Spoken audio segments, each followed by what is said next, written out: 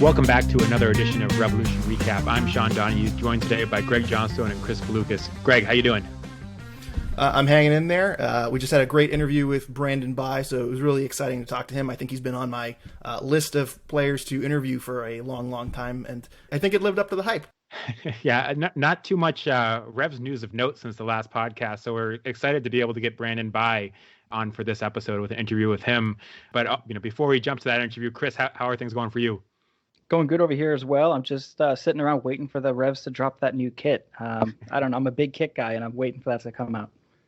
Yeah, I feel like the Revs have teased us with some news with that that tweet of like the jersey that we didn't. People speculated whether a Carlos Gil re-signing or New Jersey drop or whatever it was. But unfortunately, we don't have any of that to talk to you about today. Fortunately, we have a good interview with Brandon Bye, and we'll play that one for you now. Joining us now on the podcast is New England Revolution defender Brandon Bye, the number 8 overall draft pick back in 2018. Brandon, you're now entering your 4th season with the Revolution. How's this offseason been? Obviously, a bit of a delayed start with some of the CBA negotiations and other things going on. Has that been a negative, or do you think it's kind of been a relief after kind of the craziness of 2020? I would say a little bit of relief, but I think me myself and quite a few of the guys have been in for a couple of weeks now. Doing some training on our own in the weight room and playing a little bit. So I think we'll be off to a good start. I'm not sure what other teams in the league are doing, but we've been getting after it for a couple of weeks now. So obviously all unofficial stuff, but doing that. So I think we're in a good spot right now. And Brandon, you had a hamstring injury late last year during the playoffs, which obviously limited the minutes that you were able to get. Your first week back now. How is the hamstring feeling, and how are you doing overall? Feeling good. Obviously the off season was nice to relax and recover the body after a crazy year. Obviously, I think that wears and tears on a lot of guys' bodies. So I'm definitely happy with the off season. Time to rest and really recoup and ready to go for the season. And then after the playoff run, of course, is there a different feeling entering the season with higher expectations for the team? I would say a little bit. Obviously we performed well last year into the late stages of the year. So I think anytime that happens, the team's ready to keep pushing forward and strive for more. Yeah, and then I got to acknowledge Carlos Gil as well on the team. Played really, really well once Carlos Gil came back from his injury. What is it about Carlos that makes him so important to the team? I think he just brings everybody together. He's able to get on the ball and really run the show. He's our Tom Brady out there. He's running the show and being a playmaker. So I think it's always nice for him to be on the field whenever he can. I think it just makes everybody better, elevates everybody else's game. And the team made a number of new signings in the offseason. I know some of them have started reporting this week. Have you met any of them yet? Have any of them impressed you early on in training, or is there any of these guys that you're excited about playing with? Yeah, I'd say everybody. Obviously, everybody's coming here, and we're signing for a reason. I think I've met Wilfred now for a couple of days. It's been good to talk to him a little bit and see and hear about his background. So I think everything's good. Everything's leading toward a good preseason. Kind of had a weird season last year where you didn't get to play every team in the league. The 2021 schedule hasn't been released yet, but are there any matchups that you're looking forward to or kind of hoping to get to see this year? Honestly, just to play everybody. Obviously it was pretty weird last year, playing certain teams multiple times and not playing certain teams at all in your conference. So I thought that was a little weird.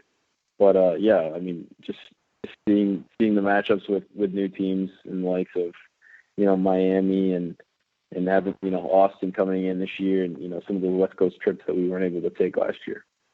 During your absence last season with the hamstring injury towards the end of the year, it seemed like Tajon Buchanan stepped up and did a good job at right back. Do you feel like there's sort of a competition going into this preseason for the right back spot?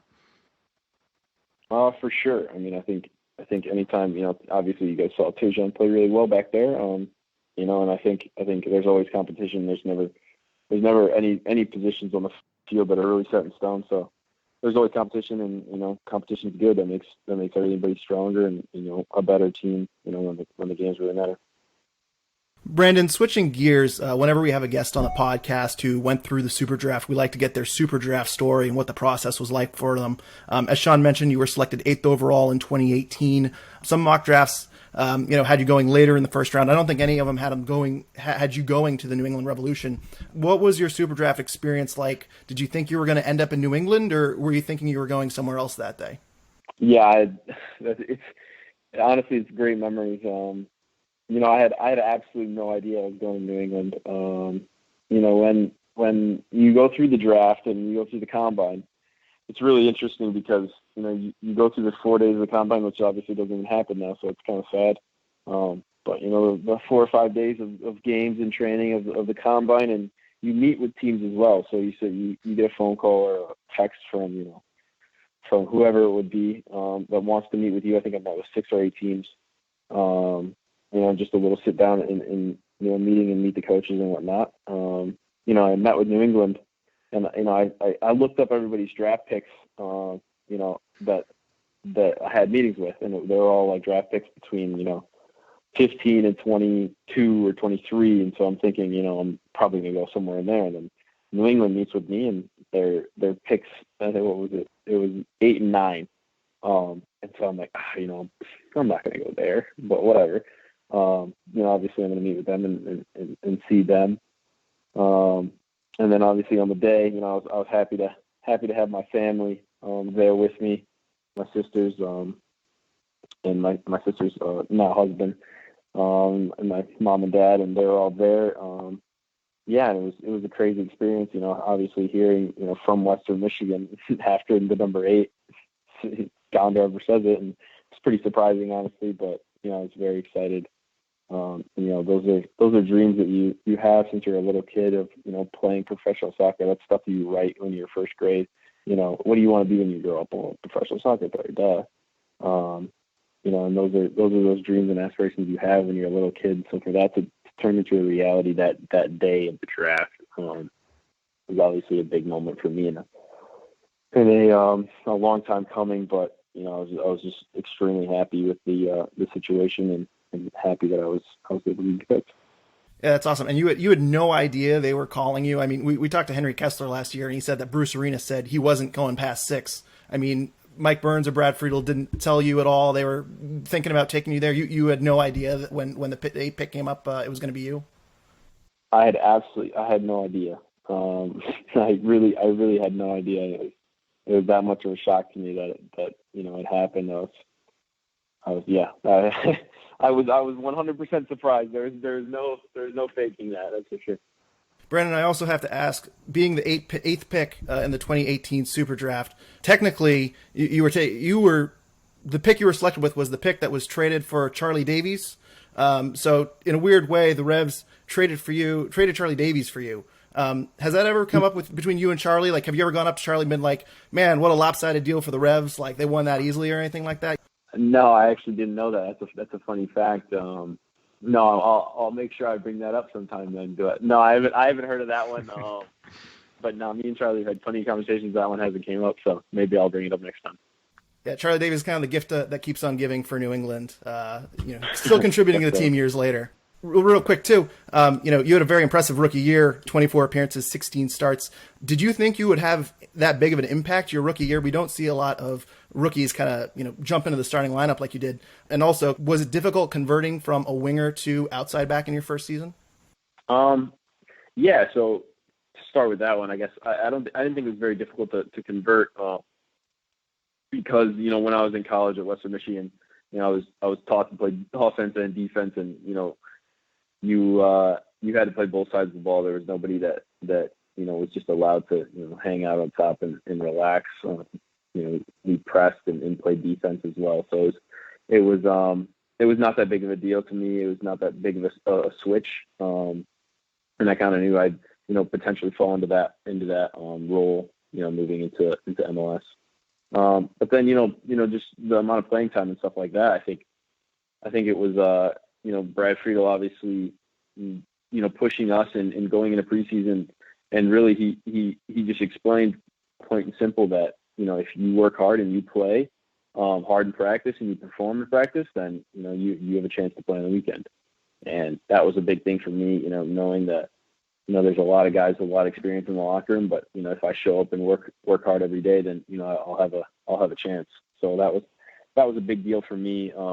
And then obviously him trusting me more and more throughout the season. I ended up playing a lot of left back throughout the end of the year. So, it was obviously all good experience and something I'll keep with me. Is there any other tidbits and stuff that you've learned along the way that maybe you didn't quite know as a rookie that you wish you'd had?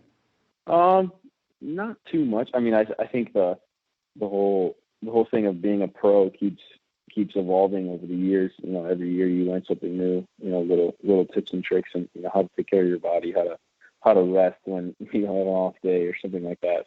Simple stuff like that. But I think it all just piles on throughout the year and throughout the years of you learning and trying to figure out what I need to do to be the best professional I can. Well, and then your rookie year was also the first year that Matt Turner was named starter in net. Can you speak to how he's grown specifically, and then maybe how he's impacted the back line and everything? Yeah, I mean, he's grown tremendously. Obviously, you guys, everybody knows that. I think we knew back then too that Turner was a gem. And I think we all knew that and saw that, day in, day out in training. And now everybody's starting to realize that, obviously at the national team level and obviously he's getting attraction from a lot of different places. So I think everybody knows that, but we were seeing these things for years and years, in training and in spurts in the game. So nothing too much of a surprise to some of the guys close to him for sure. And you had a very unique experience with the bubble situation last summer. How was that experience, and do you have any good stories from that? The bubble, not too many crazy stories or anything like that. No, it was a good experience. I think it wasn't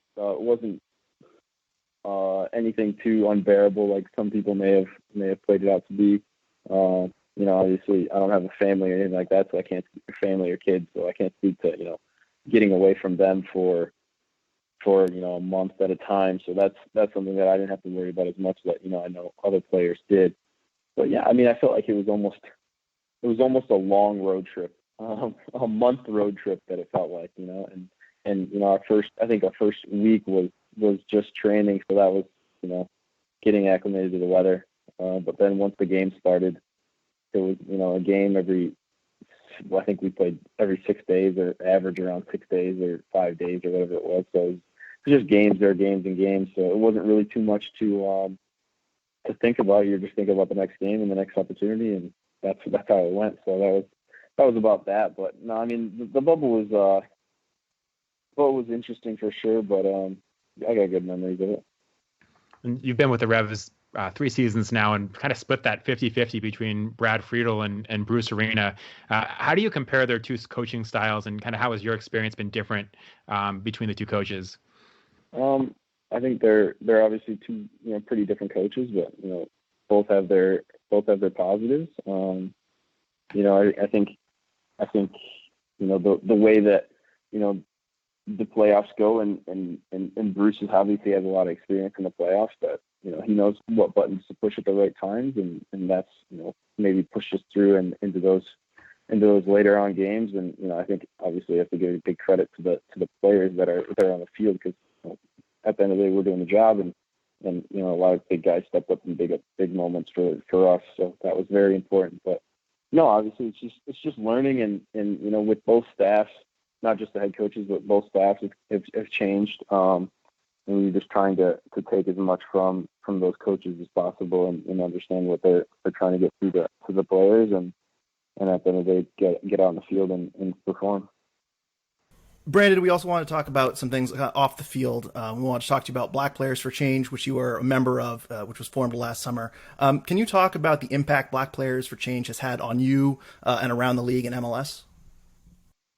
Yeah, I think Black Players for Change was something that came to be once we kept seeing these things happening in the world, and I was very happy to be a part of it from the start.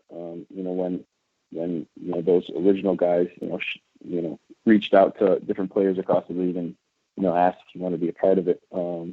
But I think the change is an ongoing thing. In influencing local communities and doing different things and getting representation within the league, within MLS. I think those are the really main important things that we're trying to push for and just keep progressing and moving forward of the game. We also wanted to highlight some of your nonprofit work that you've done and your involvement with the Aspirus Foundation, which you co-founded during your time at Western Michigan. Can you give us some background about that charity and how it got started? Yeah, back in 2016 when I was at Western Michigan University, I met a good friend of Federico Tavares. He's a co-founder as well, and we ran a clothing drive in that spring of 2016, and it ended up working out really well. We were happy with the clothing drive for soccer kids clothing and soccer gear to donate to the Dominican Republic, because he's from there and has seen the not so good environments that some of these kids are growing up in, and he wanted to give back in that way. And I said, that's an easy one for me. I can contact some local coaches from around Kalamazoo, where I'm from, and help out with that. And so the clothing drive went really well, and then all of a sudden Federico decided to push this thing on farther, and from just a one-time clothing drive to a nonprofit. And he asked me if I want to be involved, and I was 100% for it. And so that was when the Aspirus Foundation was born. We have a great board, a U.S. board and a Dominican board, working, so we can have these clinics, different kind of summer camps, Aspirus Cups. Reaching Dreams in Nagua is actually something that we're really working on now. Is basically an ongoing training for these kids, so they can have something to do, not just a one-time clinic, but something that's an ongoing training for them to keep have them have something to do, and have something to look forward to and express themselves outside of just hanging out and doing whatever they're doing on a day-to-day basis. So that's something we're really working on now.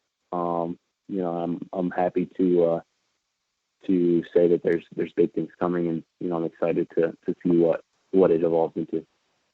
Yeah, it's really incredible work, Brandon, and you deserve a lot of applause for establishing that foundation. If any of our listeners wanted to get involved, how could they help you? There is Aspirus, www.aspirusfoundation.org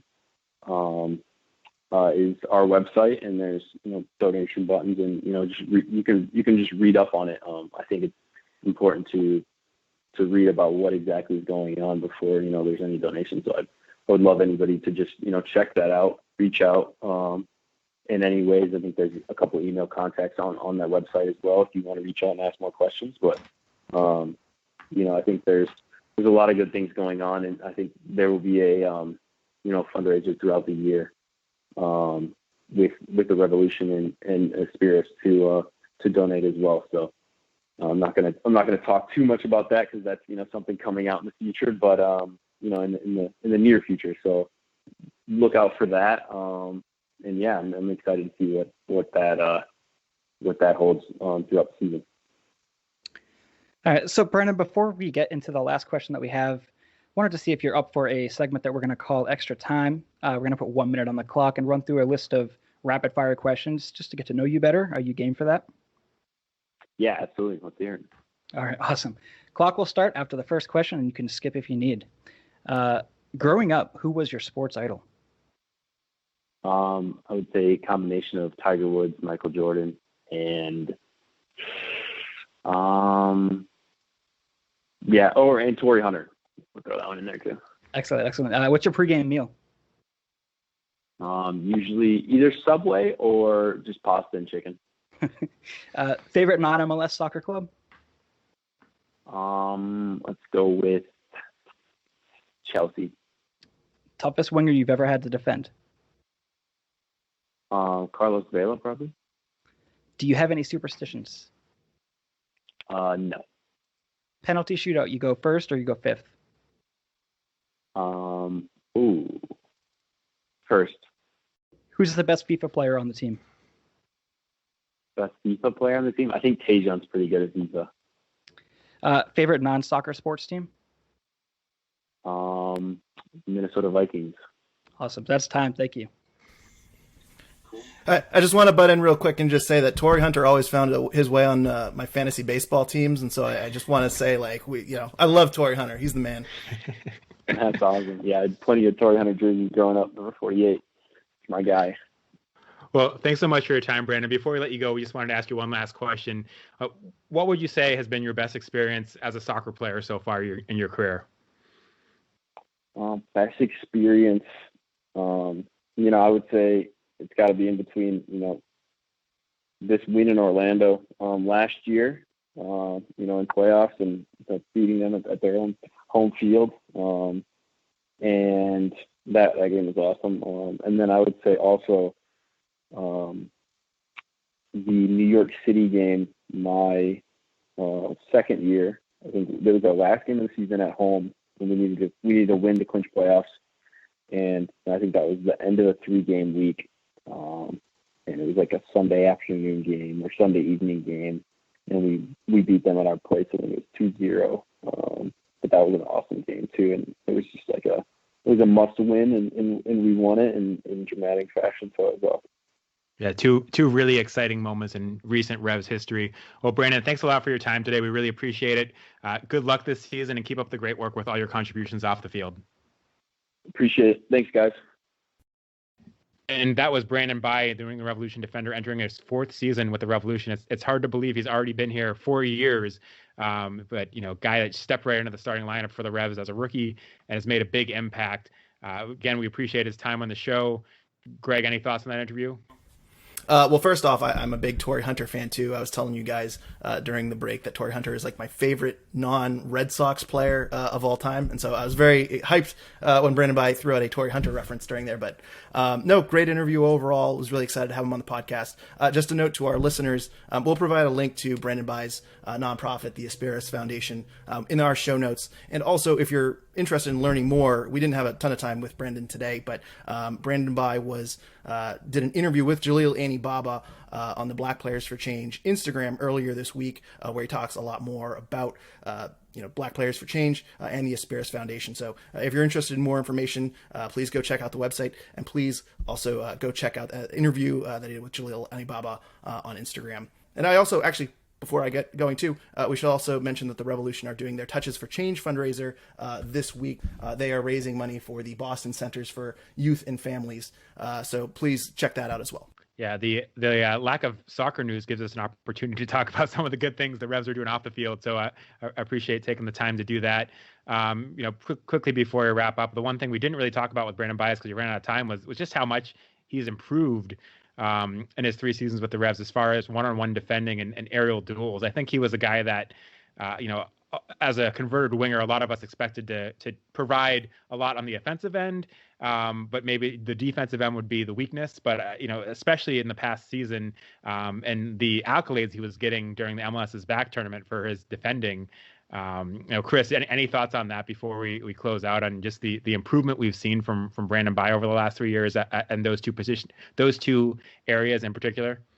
I don't have specific thoughts, I guess, on it, but it has been obviously noted, and something I definitely did not see or think was necessarily going to be the way that it went, because he came in as a winger, not knowing that he was going to be such a defensive asset. And just watching how he has progressed and how he has, handled himself and matured in his 3 seasons with the team, it's just been a delight to see him in blue. I think long term, I wouldn't be opposed to him converting to center back over time, because, as you said, his defensive skills have gotten better, and he's so good at aerials that even if Tajon Buchanan, turns out to be the right back, which, obviously Tajon impressed last year a little bit too, I'm not opposed to trying out Brandon Bye in kind of the center of the field, considering how much depth they lack at this point. Yeah, I think going into this offseason, there's a lot of positions that you can kind of pencil in, who you expect to see, or even pen in who you expect to see starting this regular season. But one of the competitions that I know I'll be paying a close attention to is the fullback spots, because I think there is going to be a competition between Brandon Bye and Tajon Buchanan at that right back spot. And if Christian Mafla ends up being the starting left back this season, if he stays healthy and that takes that role, we did see DeJuan Jones get some time at right back last year too. So, Brandon Bye, I think went into last year as the kind of locked on starter, and then we saw some other guys get some minutes and do well. So that'll be one area that I look forward to watching in this offseason, how that develops. But unless anyone has any final thoughts, I think that's it for today's show. Hopefully the Revolution will give us some good news to talk about soon, or some new signings or something that make it worth doing another podcast. But if not, maybe we'll come back to you and try to get another player interview next. No set date for the next show, but we'll keep you posted. Greg, can you tell everyone where they can follow us on social media so they'll know when the next show is? Yeah, please follow us at Revolution Recap on Twitter. Also follow our Revolution Recap page on Facebook. We'll stay active on those platforms and let you guys know when our next podcast is coming out. And please remember, in the meantime, remember to rate and review us on iTunes or wherever you're listening. And Chris, where can people follow you? Yeah, you can find me on Twitter at RevsRevolt. I'm also on Instagram and Facebook with the same handle. And you can find me at Sean L. Donahue on Twitter. And thanks again for everyone for listening.